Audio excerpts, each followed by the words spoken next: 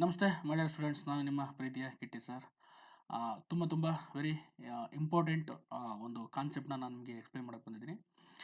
ಒಂದು ಕಾಂಪಿಟೇಟಿವ್ ಎಕ್ಸಾಮ್ಸ್ನ ಲೈಫಲ್ಲಿ, ವಿದ್ಯಾರ್ಥಿಗಳ ಲೈಫಲ್ಲಿ ಗೊತ್ತಾಗ್ತಿದೆ, ಅನ್ರೇಟೆಡ್ ಅಥವಾ ಅಂಡರ್ ಅಪ್ರಿಷಿಯೇಟೆಡ್ ಅಂತ ಹೇಳ್ಬೋದು, ಅನ್ರೇಟೆಡ್ ಅಂತ ಹೇಳ್ಬೋದು. ಏನಪ್ಪ ಅಂತಂದರೆ ಒಂದು time table it's A very crucial for ನಿಮ್ಮ ಕಾಂಪಿಟೇಟಿವ್ ಎಕ್ಸಾಮ್ಸಲ್ಲಿ ನೀವು ಸಕ್ಸಸ್ ಆಗಬೇಕು ಅಂತಂದರೆ.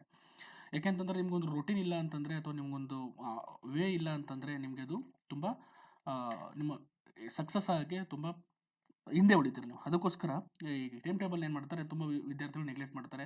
ಕೆಲವು ದಿನ ಹಾಕ್ಕೊಂತಾರೆ, ಫಸ್ಟ್ 1 ವೀಕ್ ಅಥವಾ 2 ವೀಕ್ ಹಾಕ್ಕೊಂತಾರೆ, ಅದನ್ನು ಫಾಲೋ ಮಾಡೋಕ್ಕಾಗ್ದಲ್ಲ ಏನು ಮಾಡ್ತಾರೆ, ಅದನ್ನು ಕೈ ಬಿಟ್ಬಿಡ್ತಾರೆ. ಮತ್ತು ಹಾಗೆ ಅದು ಸೈಕಲ್ ಕಂಟಿನ್ಯೂ ಆಗ್ತಾ ಹೋಗುತ್ತೆ. ಹಾಕ್ಕೊಂತಾರೆ, ಮತ್ತು ಅದನ್ನು ಎಫೆಕ್ಟಿವ್ ಆಗಿ ಕಂಪ್ಲೀಟ್ ಮಾಡೋಕ್ಕಾಗಲ್ಲ. ಈ ರೀತಿ ಆಗ್ತಾ ಇರುತ್ತೆ, ಗೊತ್ತಾಗ್ತಿದೆ. ಆಮೇಲೆ ಸಮ್ಟೈಮ್ಸ್ ಏನಾಗುತ್ತೆ, ನೀವು ಕರೆಕ್ಟಾಗಿ ಒಂದು ಕನ್ಸಿಸ್ಟೆಂಟ್ ಒಂದು ಟೈಮ್ ಟೇಬಲ್ನ ಫಾಲೋ ಮಾಡ್ತಾ ಬಂದರೆ ಖಂಡಿತ ನೀವು ಎಕ್ಸಾಮ್ಸಲ್ಲಿ ಎಫೆಕ್ಟಿವ್ ಆಗಿ ನೀವು ಒಂದು ಮಾಡ್ತಾ ಬಂತಂದರೆ ನೀವು ಎಕ್ಸಾಮಲ್ಲಿ ಪಾಸ್ ಮಾಡ್ತಾರೆ. ಟೈಮ್ ಟೇಬಲ್ಲು ಇಂಪಾರ್ಟೆಂಟು, ಗೊತ್ತಾಗ್ತದೆ, ವೆರಿ ವೆರಿ ಇಂಪಾರ್ಟೆಂಟು.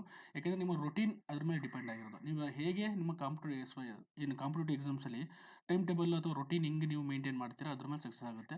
ಯಾವುದೇ ಆಸ್ಪಿರೆಂಟ್ಸ್ ತೊಗೊಳ್ಳಿ, ಅವ್ರ ಒಂದು ಕನ್ಸಿಸ್ಟೆಂಟ್ ಟೈಮ್ ಟೇಬಲ್ಲು ಅದನ್ನು ಲಾಂಗ್ ಟೈಮಲ್ಲಿ ಮಾಡಿರ್ತಾರೆ. ಆ ಲಾಂಗ್ ಟೈಮಲ್ಲಿ ಮಾಡಿದಾಗಲೇ ಅವರಿಗೆ ಏನಿರ್ತದೆ, ರಿಸಲ್ಟ್ಸ್ ಬಂದಿದೆ. ನೀವೇನು ಮಾಡ್ತೀರಾ, ಅಕಸ್ಮಾತ್ ಯಾರು ಅದು ಏನಾಗ್ತಿದ್ದಾರೆ ಅಂದರೆ, ಯಾಕೆ ಫೇಲ್ ಆಗ್ತಿರೋ ಕಾರಣ ಅಂತಂದರೆ ಒಂದು ಡಿಸಿಪ್ಲಿನ್ ಲೈಫ್ ಇಲ್ಲ. ಈಗಿನ ಇತ್ತೀಚಿನ ದಿನಗಳಲ್ಲಿ ವಿದ್ಯಾರ್ಥಿಗಳಲ್ಲಿ ಡಿಸಿಪ್ಲಿನ್ ಲೈಫ್ ಇಲ್ಲ, ಮತ್ತು ಟೈಮ್ ಟೇಬಲ್ನ ಕರೆಕ್ಟಾಗಿ ಫಾಲೋ ಮಾಡಲ್ಲ.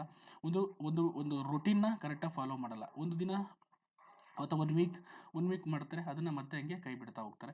ಈ ರೀತಿ ಆಗೋದ್ರಿಂದ ಏನಾಗುತ್ತೆ, ನಿಮ್ಮ ಎಕ್ಸಾಮ್ಸು ಮೇಲೆ ತುಂಬ ಪರಿಣಾಮ ಬೀರುತ್ತೆ. ಅದಕ್ಕಾಗಿ ಹೇಳ್ತಿದ್ದೀನಿ, ಟೈಮ್ ಟೇಬಲ್ ವೆರಿ ಇಂಪಾರ್ಟೆಂಟ್. ನಾನಿಲ್ಲಿ ನಿಮಗೆ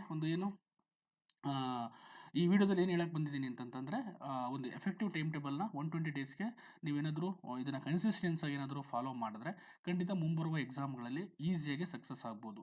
ಯಾಕೆಂದರೆ group C, PSI, ESI, FPCಗಳಿಗೆ 120 days is enough. ಗೊತ್ತಾಗ್ತದೆ, ನೀವು ಏನೂ ಓದಿಲ್ಲ, ಝೀರೋಯಿಂದ ಸ್ಟಾರ್ಟ್ ಮಾಡ್ತಾಯಿದ್ದೀನಿ, ನನಗೇನು ಗೊತ್ತಿಲ್ಲ ಅಂತ ಅಂದ್ಕೊಂಡು ಸ್ಟಾರ್ಟ್ ಮಾಡಿದ್ರು, ಇವತ್ತಿಂದ ಸ್ಟಾರ್ಟ್ ಮಾಡಿದ್ರು ಎಫೆಕ್ಟಿವ್ ಆಗಿ ಇದನ್ನು ಕರೆಕ್ಟಾಗಿ ದಿನನಿತ್ಯ ಫಾಲೋ ಮಾಡಿದ್ರೆ ಖಂಡಿತ ಆಗುತ್ತೆ. ಸ್ಟಾರ್ಟಿಂಗ್ ಡೇಸಲ್ಲಿ ಒಂದು ಸ್ವಲ್ಪ ದಿನ ನಿಮಗೆ ಇದ್ರ ಕಷ್ಟ ಆಗ್ಬೋದು, ಅಂದರೆ 1 ವೀಕ್ ಕಷ್ಟ ಆಗ್ಬೋದು. ಆದರೆ ಅದನ್ನು ಕನ್ಸಿಸ್ಟೆನ್ಸಾಗಿ ಬಿಡದಂಗೆ ನೀವು ಫಾಲೋ ಮಾಡಬೇಕು.